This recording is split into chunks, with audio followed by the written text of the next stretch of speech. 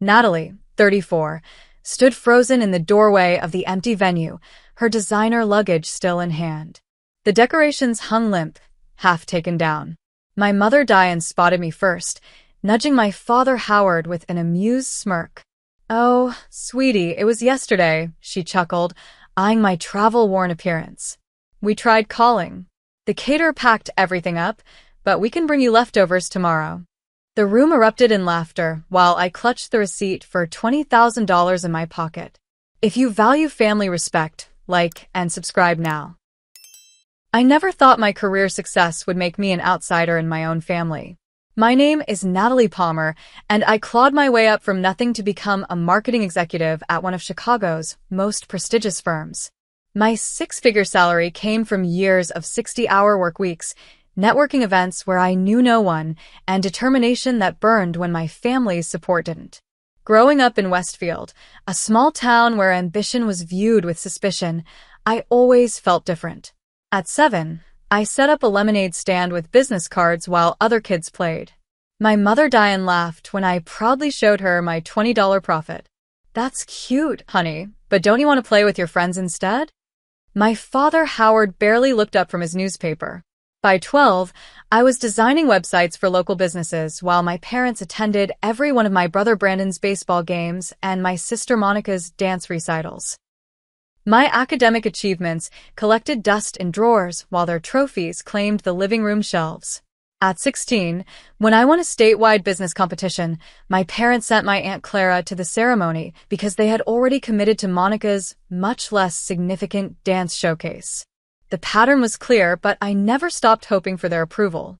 After graduating with honors and landing my first marketing job in Chicago, their response was a tepid "don't work too hard," rather than congratulations.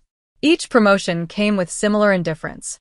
When I purchased my downtown condo, my mother asked why I needed so much space for just one person. Despite this history, when Lancaster Marketing promoted me to executive vice president last spring with a substantial bonus, something in me rekindled. Perhaps now, with tangible success, I could finally bridge the gap with my family. Maybe they just needed to see me in my element, confident and accomplished, to understand me. The idea came during a rare phone call with Brandon. "We never get together anymore," he said, sounding genuinely disappointed. "Everyone's so scattered." His words planted a seed that grew into what I thought was a brilliant plan. A lavish family reunion at Silver Lake Resort, entirely funded by me. For 3 months, I devoted every spare moment to planning. I researched dozens of venues before selecting Silver Lake for its picturesque setting and family-friendly amenities. I created custom invitations with childhood photos of each family member. I arranged accommodations for 25 relatives, some I barely knew, but included to make the gathering complete. The cost added up quickly: $8,000 for the venue, $6,000 for catering, $4,000 for accommodations, and another $2,000 for activities and decorations. $20,000 for my savings, but I convinced myself it was an investment in family bonds. Monica seemed enthusiastic during our planning calls, though she always had one more thing to add to the budget. The premium open bar package would be so much better than the standard, she insisted. And Uncle George loves single malt scotch. I agreed to every suggestion, hoping her involvement meant she valued my effort. Brandon's support surprised me. His text messages showed genuine excitement. "This is going to be amazing, Nat. Everyone's talking about it." His words fueled my determination to create the perfect reunion. Behind every decision lurked my secret hope that funding this extravagant gathering would finally earn my parents' approval. I selected activities that would appeal to each family member. Golf for my father, a spa day for my mother, water sports for the younger cousins. I remembered everyone's dietary restrictions and favorite foods. I even arranged for a photographer to document what I hoped would be heartfelt reconnections. Everything was perfectly arranged for Saturday, July 15th. Then disaster struck 3 days before the event. Our agency's biggest client faced a public relations crisis that threatened to destroy their brand. As the executive responsible for their account, I couldn't delegate the emergency response. I spent 48 hours in crisis management, crafting statements, coordinating with journalists, and putting out fires. By Thursday night, the situation had stabilized enough for me to travel, but I'd missed the Friday welcome dinner. I sent multiple texts to my family explaining the situation. Critical client emergency. Taking red-eye flight tomorrow. Will arrive Saturday morning for the main event. Everything is paid for. Please start without me. The responses were brief. Monica. Okay. Brandon. No problem. Mom. We understand how important your work is. I interpreted their brevity as disappointment, but assumed they understood. The journey to Silver Lake was challenging. My flight delayed, the rental car company giving away my reservation. Traffic backed up for miles due to an accident. By the time I arrived at the resort on Saturday afternoon, my stress had transformed into anticipation. I'd missed the morning activities, but would arrive in time for the main family dinner. Pulling into the circular drive of Silver Lake Resort, I felt a flutter of excitement. My trunk held carefully selected gifts for everyone. After checking in, I headed straight to the grand ballroom where the reunion was scheduled. As I approached, I noticed the absence of music or chatter. My pace quickened, unease growing with each step. When I pushed open the double doors, I entered a scene that instantly broke my heart. The room stood nearly empty, decorations half removed, cleanup crews stacking chairs. And there, gathered in a small cluster collecting their belongings, was my family. The grand ballroom looked like a beautiful dream abandoned midway. Silver and blue streamers, the colors I had specifically chosen to match our family's generational photo I had enlarged and framed as a centerpiece, hung limply from one wall while the other stood bare. Round tables with scattered chairs remained, crumb-covered plates stacked haphazardly by the cleanup crew. The custom photo wall I had commissioned featuring our family through the years stood partially disassembled, some photos already packed in boxes. Confusion washed over me as I spotted my mother Diane chatting with my Aunt Margaret near the dessert table, where a few lonely cupcakes remained on an otherwise empty three-tiered stand. My father Howard was checking his watch while my brother Brandon gathered gift bags. My sister Monica posed for a selfie with our cousins under the Palmer family reunion banner that now hung crookedly from one fastener. Natalie? My mother's voice carried across the room, turning every head in my direction. Her surprise seemed genuine, though it quickly morphed into something else entirely. What are you doing here? I stood motionless, my travel-weary body suddenly unable to process what I was seeing. What do you mean? The reunion, it's today. My mother exchanged glances with my father, who approached with a bemused expression. No, sweetie, it was yesterday. Did you get the dates mixed up? The room grew quiet as family members turned to observe the unfolding scene. I felt the weight of every stare as I struggled to find words. Yesterday? But everything was scheduled for today. Saturday, the 15th. We moved it to Friday, my mother explained casually, as if discussing a minor schedule change for coffee. When you said you couldn't make the welcome dinner, we decided to just do everything yesterday instead. We tried calling. My phone had been on airplane mode during the flight and then died during my navigation to the resort. But that wasn't the point. You moved the entire reunion? Without telling me? My voice sounded small even to my own ears. Well, you know how it is with your work always coming first, my father added with a dismissive wave. We figured you'd understand. From across the room, my cousin Heather approached with an apologetic expression. I tried to tell them we should wait, she said quietly. I said we should at least split the activities between both days. Monica swiped through photos on her phone, thrusting the screen toward me with forced sympathy. Look how fun it was. We did the boat tour, the family games, everything. The dinner was amazing. That caterer you hired was worth every penny. Every penny I paid, I thought bitterly. Brandon avoided my gaze entirely, suddenly fascinated with the contents of the gift bag in his hands. When he finally glanced up, his discomfort was palpable, but he offered no defense. Aunt Margaret, never one to miss an opportunity for a barbed comment, sighed dramatically. Well, this is typical, isn't it? Natalie too busy with her important career to attend a family function. Some things never change. Her words transported me instantly to my 12th birthday. My parents had scheduled my party at the local bowling alley, but when Monica developed the mild cold that morning, they rescheduled everything without consulting me. By the time they remembered to tell me, half my friends couldn't attend the new date. It's not a big deal, my mother had said.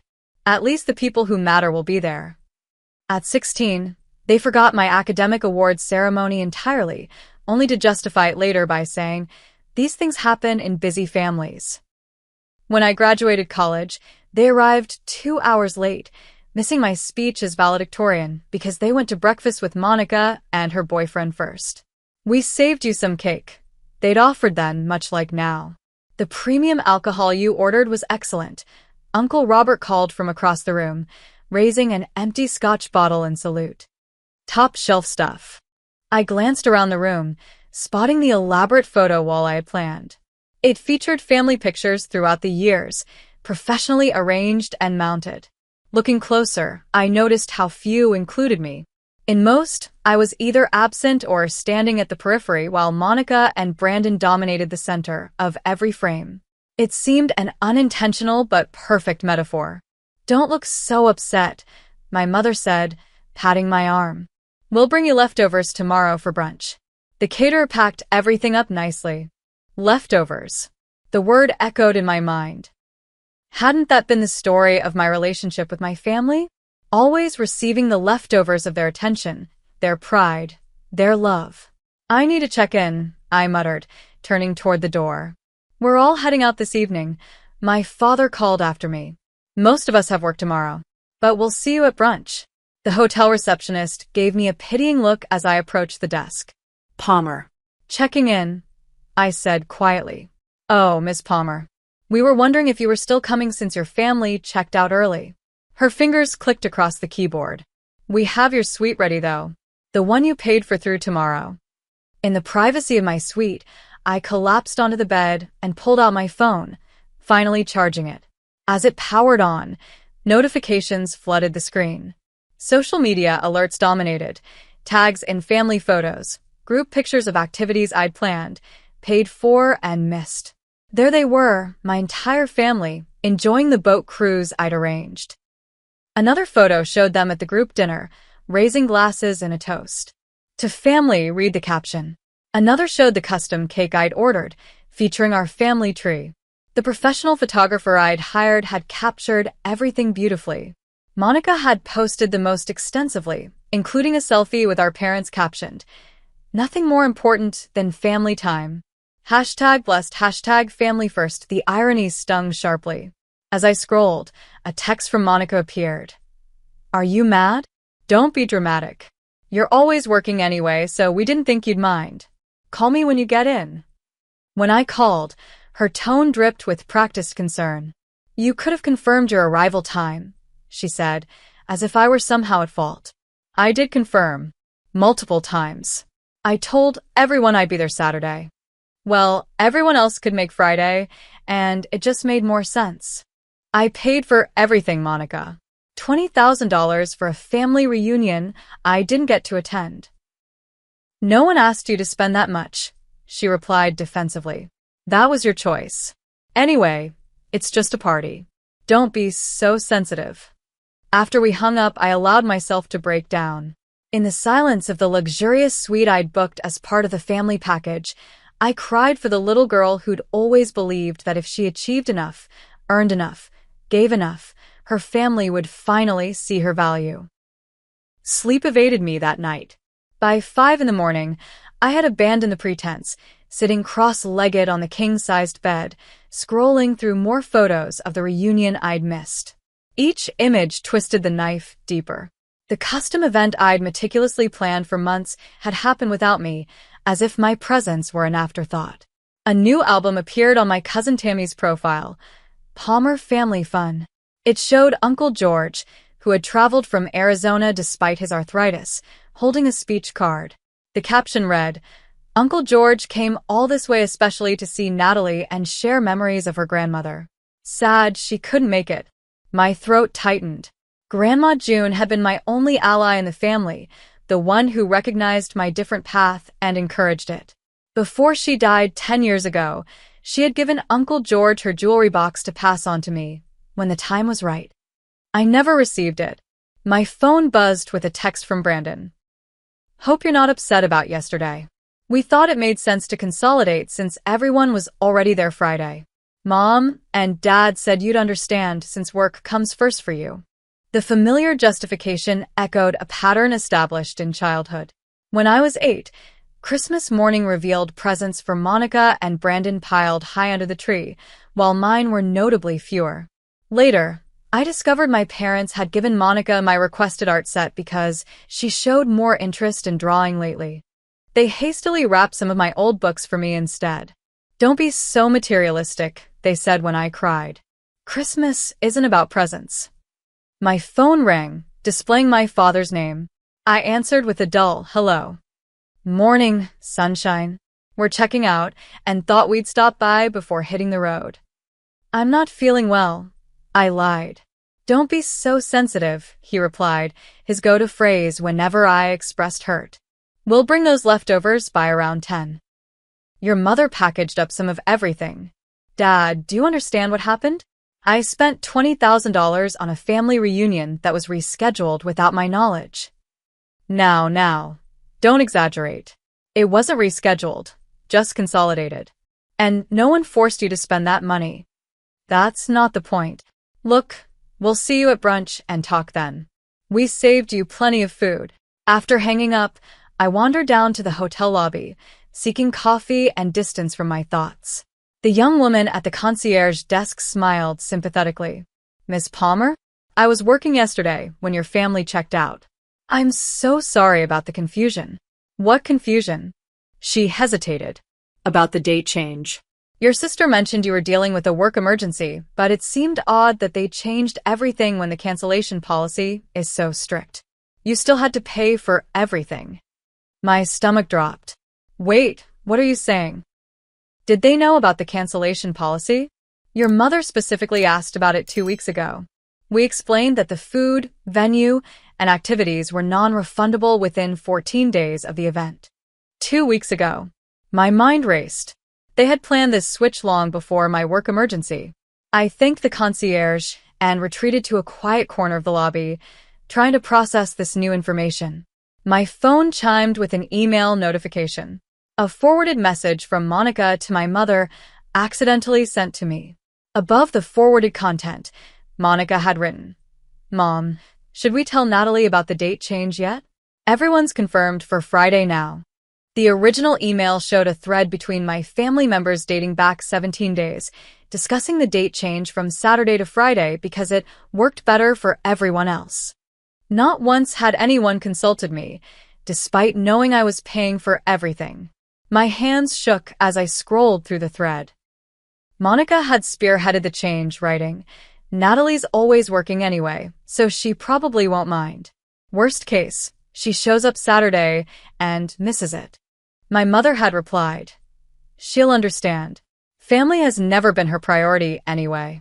The venue manager, Michael, found me still sitting there an hour later, staring blankly at my phone. Miss Palmer? I wanted to check if everything is all right.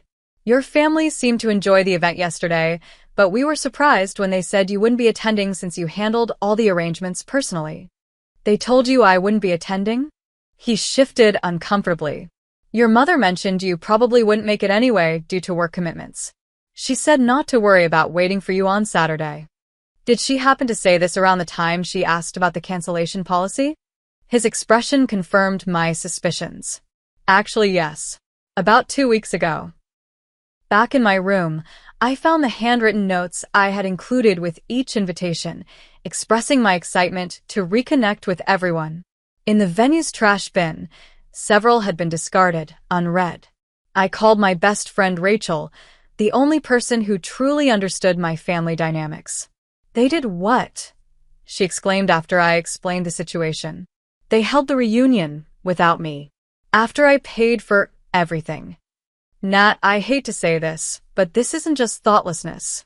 This was deliberate. What do you mean? They've been doing this your entire life. Excluding you, then making you feel guilty for being excluded. It's a pattern of emotional manipulation. And now they've escalated to financial exploitation. Her words crystallized something I'd felt but couldn't articulate. My family had been serving me emotional leftovers my entire life, the remnants of attention, affection, and respect after everyone else had been fully served. That evening, I found myself at the hotel bar, contemplating calling my mother to apologize for my sensitivity. The familiar urge to smooth things over, to make myself smaller to fit their narrative, was powerful. The bartender, Grace, noticed my distraction. Tough day. I surprised myself by sharing the condensed version of my situation. Her response was unexpected.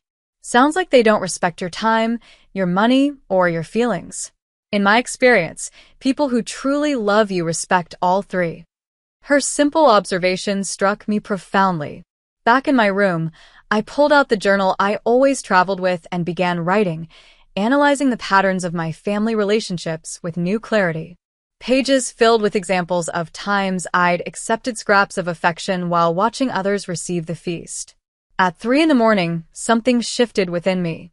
The realization wasn't just about this reunion, it was about 34 years of accepting less than I deserved. The pain transformed into something unexpected: resolve. I would no longer accept leftovers in any form. Not from my family, not from relationships, not from life. I deserved a full portion of respect, served fresh. With this new clarity, I began formulating a plan for the leftovers brunch my parents had so casually offered. The hotel kitchen opened at 6 and I was waiting. Michael, the venue manager, listened intently as I explained what I wanted to arrange. So instead of the leftovers your family promised to bring, you want us to prepare a fresh gourmet breakfast in the private dining room? Exactly. The works. Fresh pastries, omelet station, prime rib carving station, mimosas, the premium coffee service.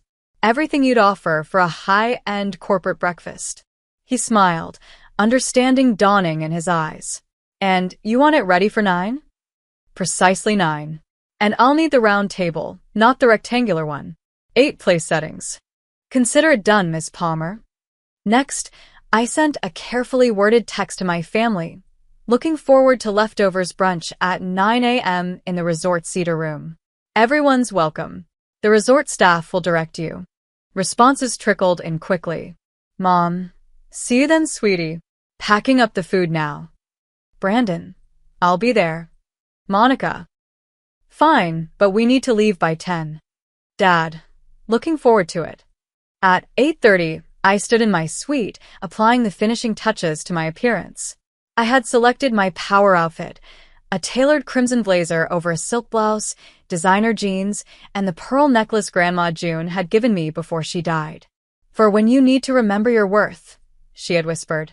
My hair fell in smooth waves, my makeup understated but flawless. This wasn't about vanity, it was about armor. Today, I would stand in my truth without flinching. The cedar room looked stunning. Michael had exceeded my expectations. The round table was set with fine china and crystal, fresh flowers forming an elegant centerpiece. The serving stations gleamed with silver chafing dishes, staffed by chefs in crisp white uniforms. The mimosa bar featured freshly squeezed juices and premium champagne. Perfect, I whispered, taking in the scene. I had chosen the round table strategically. No one could sit at the head, no hierarchy could be established. We would all face each other as equals. At precisely 9, my family arrived in a cluster, my mother carrying 2 large insulated bags presumably containing the promised leftovers. Their chatter ceased abruptly as they entered the room and absorbed the scene. What's all this? My father asked, confusion evident. Good morning, I replied calmly. Please take a seat anywhere. But we brought the leftovers, my mother said, lifting the bags slightly as if I might have missed them. That won't be necessary. Eve aren't breakfast. Their confusion deepened as they reluctantly took seats. Monica's eyes narrowed suspiciously while Brandon looked uncomfortable. My parents exchanged glances, clearly trying to gauge the situation. My mother attempted to regain control. This is unnecessary, Natalie. Always so dramatic. I merely smiled and nodded to the waiting staff. They began serving mimosas and coffee as the chef approached to take omelet orders. My family sat stiffly, caught off guard by the unexpected formality. "Is this your way of making a point?" Monica asked acidly. "Because it feels a little passive-aggressive." "Not at all," I replied, voice steady. "I simply thought, why settle for leftovers when we can have something fresh?" Once everyone had been served and the staff had discreetly withdrawn to their stations, I placed my napkin in my lap and looked around the table. "I want to thank you all for coming this morning. I've been doing a lot of thinking about our family dynamics, particularly in light of recent events." "Here we go," my father muttered. "Dad, I've listened to you my entire life. I'm asking for 10 minutes of the same courtesy." His mouth closed in surprise at my directness. "For 34 years, I've been accepting emotional leftovers from this family. The scraps of attention after everyone else has been fully served. Yesterday was simply the most literal manifestation of a pattern that's existed since my childhood." I turned to Monica. "2 weeks ago, you began coordinating a date change for the reunion without informing me, despite knowing I was funding the entire event." Her eyes widened. "How did you?" I removed my phone, displaying the accidentally forwarded email thread. "You wrote, and I quote, 'Natalie's always working anyway, so she probably won't mind. Worst case, she shows up Saturday and misses it.'" Brandon shifted uncomfortably while my parents looked stunned. "That was private," Monica sputtered.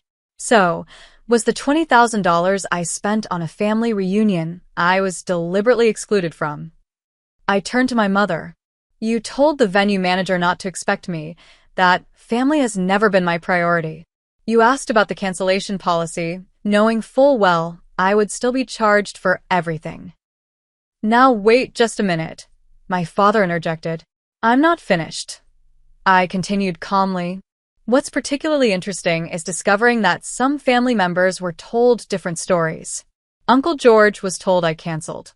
Cousin Heather was told I had approved the date change. Aunt Margaret attempted to interrupt, but I held up my hand firmly.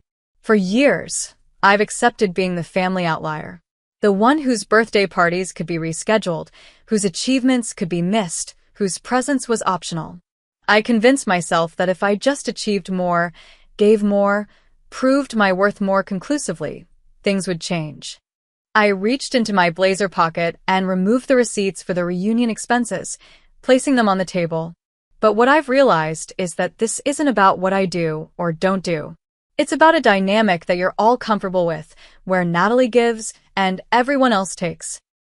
Where Natalie's time, money, and feelings are considered less valuable than everyone else's. I stood up, placing both hands on the table and looking each family member in the eye. I'm no longer participating in that dynamic. From now on, my boundary is simple.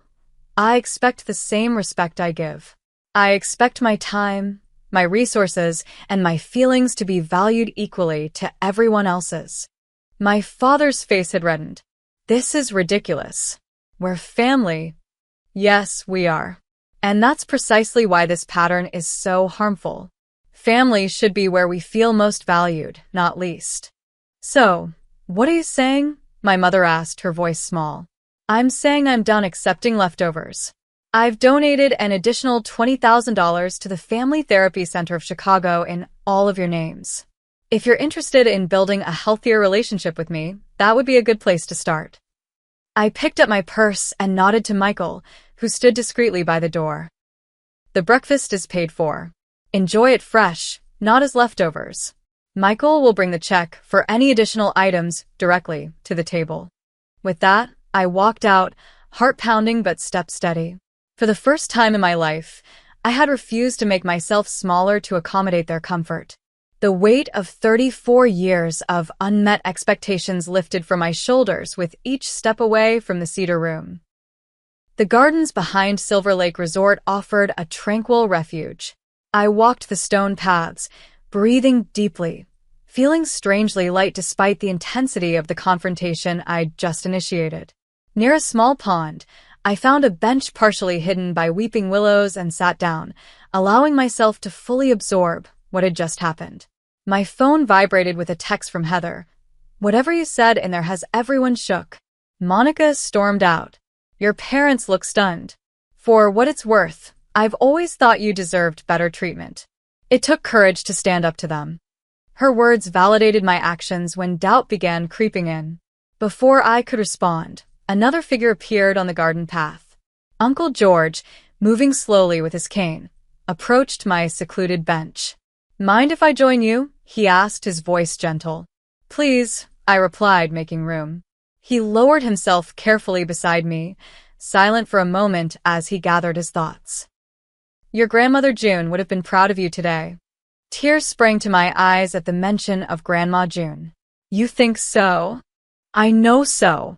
She faced similar treatment from the family, you know. Her success in business made everyone uncomfortable. They preferred her in a supporting role, not a leading one. This was news to me. I never knew that. She never complained. But she did recognize herself in you. He reached into his pocket and withdrew a small velvet pouch. She asked me to give you this when you were ready to stand in your power. I'd say that time is now.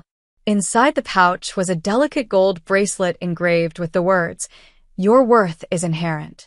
I clasped it around my wrist, feeling a connection to my grandmother stronger than ever before. Uncle George patted my hand. Not everyone will understand your boundaries. Some might never respect them, but that doesn't make them any less necessary. As he made his way back to the hotel, 3 younger cousins I barely knew approached tentatively. Emma, Zoe, and Lily, all in their early 20s, asked if they could talk with me. What you did in there was amazing, Emma said. We've all felt sidelined in different ways by the family dynamics. The way they treat ambitious women especially, added Lily. I'm starting my own business, and the family acts like it's a cute hobby. Would you consider mentoring us? Zoe asked. We could do monthly video calls or something. Their request touched me deeply. Perhaps my stand could help change patterns for the next generation. We exchanged numbers and made plans for a group call the following month. My phone rang as I returned to my room. Brandon's name flashed on the screen. Natalie, what the hell was that? He demanded, though his voice lacked conviction. That was me establishing boundaries after years of disrespect.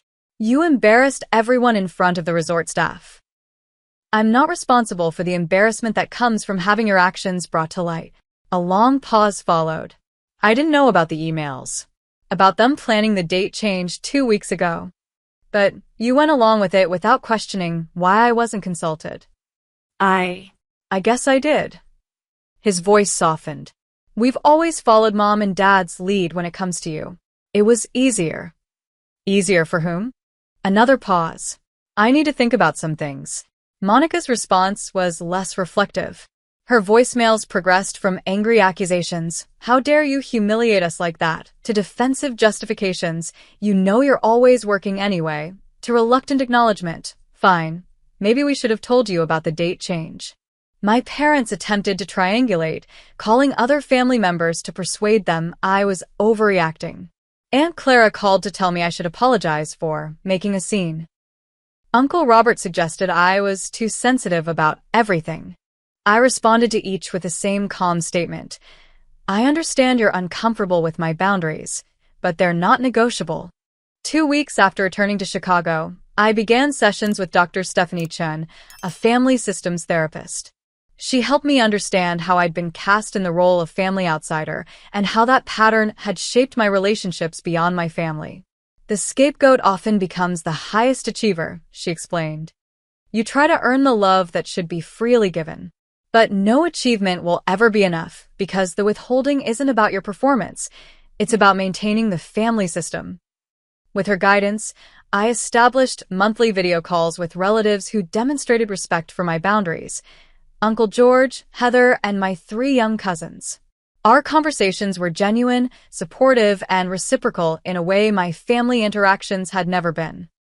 When November arrived, my mother called about Thanksgiving plans. We're doing dinner at 4 this year. I assume you'll drive down Wednesday night. Actually, I won't be joining this year, I replied. I've made other arrangements. But it's Thanksgiving, she protested, as if the holiday trumped all boundaries. I'm still working on establishing healthier patterns with the family. I don't think a high-pressure holiday gathering is the right environment for that work right now. This is ridiculous, Natalie. It's just dinner. It's never been just dinner, Mom. It's been a reinforcement of family dynamics that I'm working to change.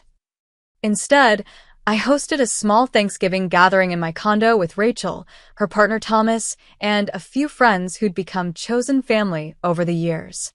We cooked together, shared stories, and expressed genuine gratitude for each other's presence.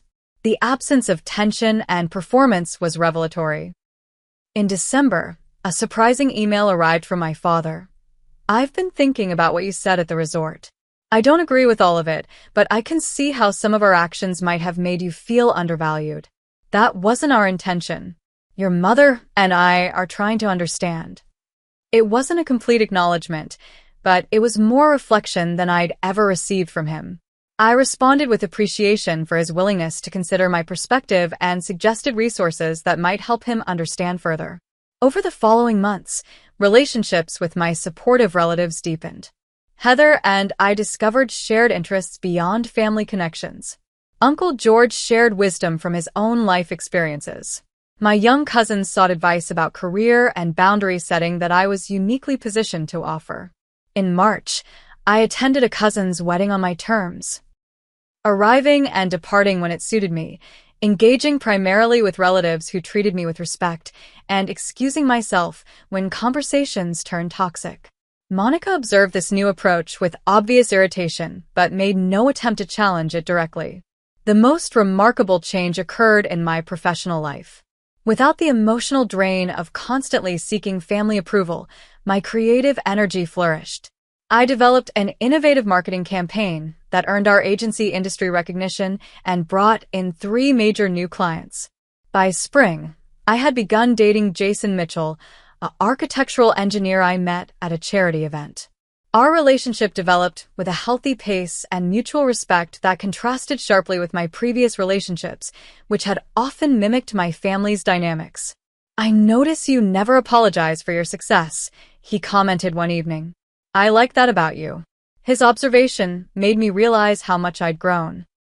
The woman who had spent $20,000 trying to buy family approval had been replaced by someone who understood her inherent worth couldn't be purchased or earned.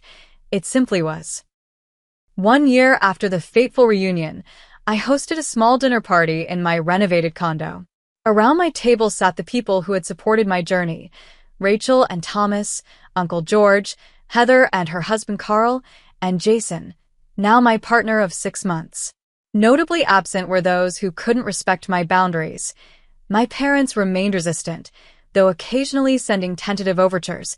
Monica had retreated entirely after her manipulative tactics failed to work. Brandon, surprisingly, had undergone his own transformation. After 3 months of minimal contact following the confrontation, he had reached out with a different tone. "I've been seeing a therapist," he admitted during a coffee meeting. "Watching what happened with you made me realize I've been playing a role in our family that isn't healthy either." Over time, our relationship had rebuilt on healthier ground. He sat now at my dinner table, contributing genuinely to conversations without the competitive edge that had characterized our interactions throughout childhood. "I never realized how exhausting it was," he confided later that evening, "maintaining the family narrative about you. It's like we all had assigned parts in a play no one was allowed to question." My relationship with Monica remained strained. Her attempts to maintain the old dynamics continued. Subtle digs about my sensitivity, efforts to exclude me from family information, attempts to triangulate with other relatives. When these tactics failed to elicit my former pattern of overcompensation, her communications dwindled to obligatory holiday texts. My parents exhibited a pattern of 2 steps forward, 1 step back. My mother occasionally acknowledged specific instances of favoritism from my childhood, though always with qualifications. "We didn't realize how it looked," or "We were just trying to give you independence." My father struggled more openly with the changing dynamics. "I don't understand why everything has to be so complicated now," he complained during a brief phone call. "Why can't we just be family without all these rules?" "They're not rules, Dad. They're boundaries. And they've always existed. I'm just enforcing them now. The professional growth that began after setting boundaries accelerated throughout the year. Lancaster Marketing promoted me to Chief Strategy Officer, a position previously held by men 20 years my senior. My innovative campaigns for sustainable brands earned industry recognition and brought ethical clients eager to work with us. You've always had the talent, my mentor Evelyn noted during our monthly lunch. But now you have the confidence to match it. You're not seeking validation for your ideas anymore. You're simply executing them brilliantly. Jason and I moved forward deliberately in our relationship, each step discussed and mutually agreed upon. His respect for my career ambitions and emotional needs demonstrated daily what healthy love looked like. When he suggested we consider moving in together after the holidays, the decision felt right, not rushed. During Thanksgiving, I declined another family gathering, instead hosting a small celebration at my condo. Brandon attended, bringing his new girlfriend Allison, who remarked afterward, "Your family stories made me nervous about meeting everyone, but this was lovely." "This is my chosen family," I explained. "I'm selective about energy I invite into my space now." That selectivity extended to financial boundaries as well. When Monica called in December asking for a small loan to cover holiday expenses, I declined without guilt or lengthy explanation. "I'm not in a position to lend money right now," I stated simply, ignoring her attempts to trigger obligation. During my final therapy session of the year, Dr. Stephanie noted the transformation in my demeanor. "When you first came here, you were questioning whether you had the right to set boundaries. Now you're maintaining them with confidence." The most surprising part, I admitted, is discovering that the boundaries weren't just for me. Heather tells me her relationship with her parents has improved since she started setting her own limits. And cousin Lily says watching me stand firm gave her courage to do the same with her boyfriend who was pressuring her to abandon her business dreams. In April, I experienced a vivid test of my new boundaries when Uncle George suffered a heart attack. The family gathered at Chicago Memorial Hospital, old tensions temporarily suspended by crisis. As we waited for updates, I observed which relationships demonstrated genuine care and which operated from obligation. My mother attempted to slip back into old patterns, assigning tasks and dictating the appropriate emotional responses. When she tried to override my suggestion about contacting Uncle George's doctor friend for second opinion, I maintained my position calmly. "This approach makes sense, Mom. We're going forward with it." Her surprised expression spoke volumes. In the past, I would have immediately deferred. After Uncle George recovered, he held my hand during a hospital visit and said, "I saw what happened in that waiting room. June would be proud of the woman you've become." His words crystallized my growth. The journey wasn't about rejecting family, but redefining it based on quality connections rather than obligatory ones. The relatives who could adapt to healthier dynamics remained in my inner circle. Those who couldn't existed at a distance that protected my well-being while allowing for potential future growth. My experience inspired me to help others navigate similar family dynamics. I began volunteering monthly at a women's center, facilitating workshops on boundary setting and recognizing emotional manipulation. The gratitude from participants affirmed that my painful experience served a greater purpose. As Jason and I discussed our future, including the possibility of having our own family someday, I reflected on how my experience would shape my approach to parenthood. "I know exactly what not to do," I told him one evening. "Any child in my life will never question their inherent worth or feel they need to earn love through achievement." He squeezed my hand. "That awareness alone makes you different from your parents. You've broken the pattern." Those words echoed as I fingered Grandma June's bracelet, now a daily reminder of my journey. I had indeed broken a generational pattern, not just for myself, but potentially for those who would come after. In refusing to accept leftovers in relationships, I had discovered the feast of authentic connection that had always been my birthright.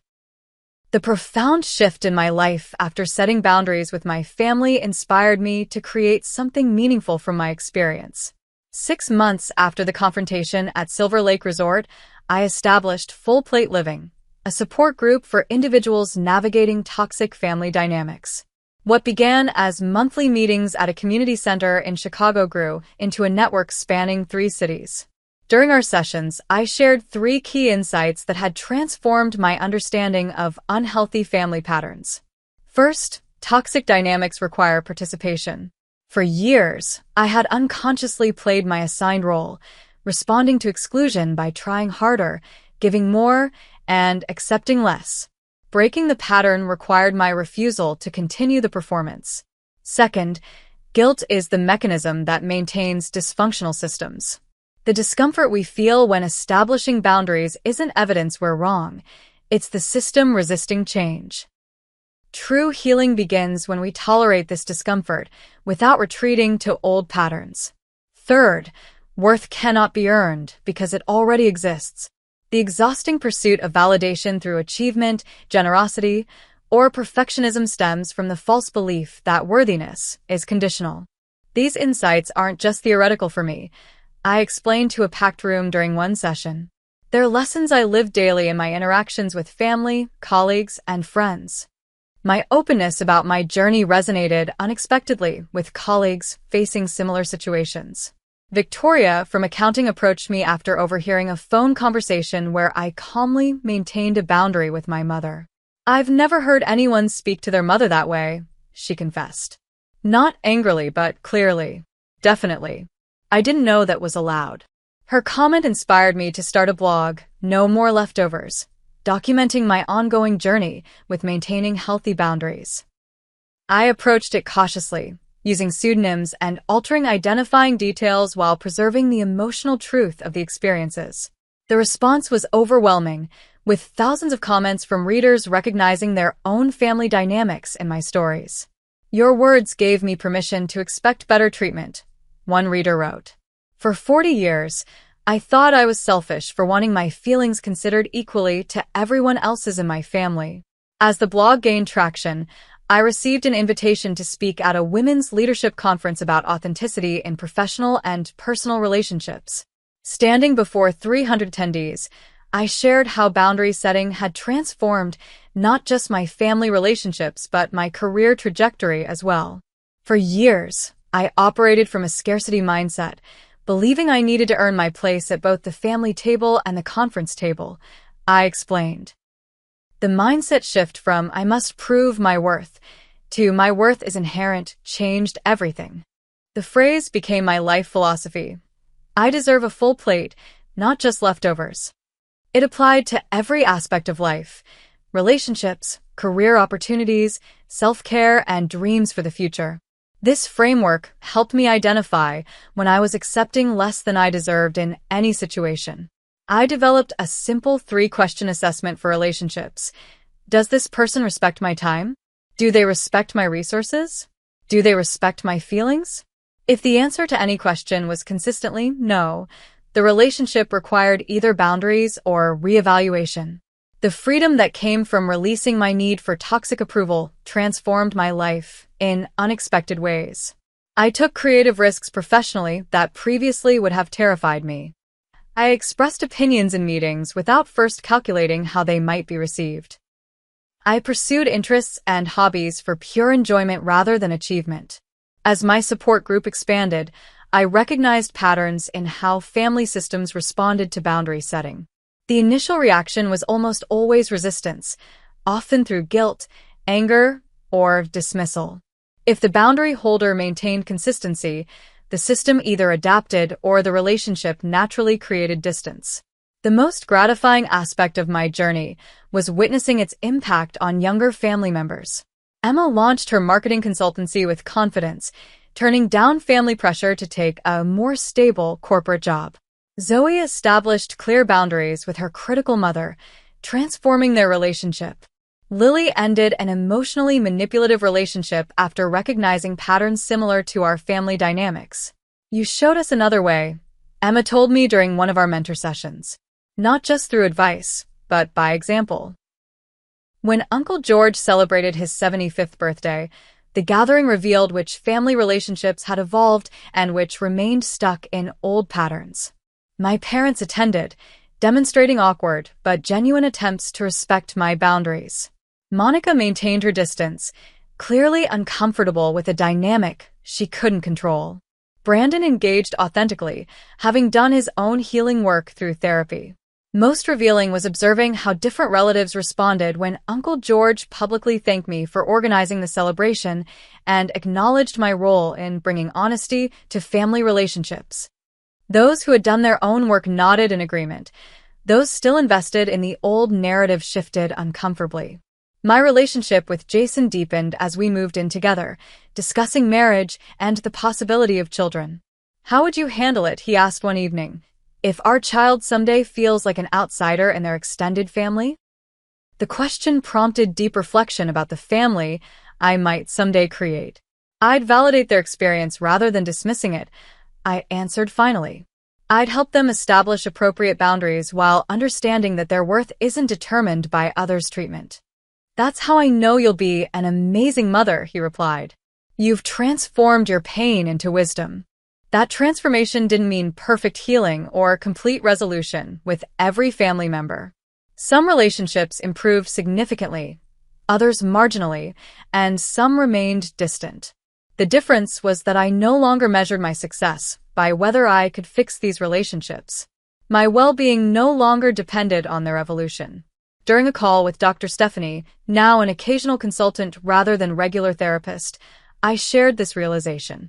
"The most profound shift," I explained, "is that I've stopped trying to earn a place at a table where I was never welcome. Instead, I've built my own table and filled it with people who value mutual respect."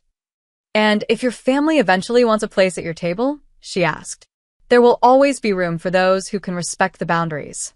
But I'll never again accept leftovers in relationships when I deserve a full serving of respect." This journey taught me that family boundaries aren't about rejection but protection. They create the space for authentic connection while preventing harmful patterns from continuing. They're not walls but filters, allowing nurturing energy to flow while blocking toxicity. Most importantly, I learned that my worth was never the variable in the equation of family dysfunction. It remained constant, unaffected by others' inability to recognize it. In embracing this truth, I found not just healing but transformation. Have you ever had to establish boundaries with family members who didn't respect your time, resources, or feelings? Share your experience in the comments below. Your story might help someone else recognize they deserve more than emotional leftovers. Don't forget to like and subscribe for more content about creating healthy relationships and honoring your worth. Remember, you deserve a full plate in every relationship, not just whatever happens to be left over after everyone else has been served.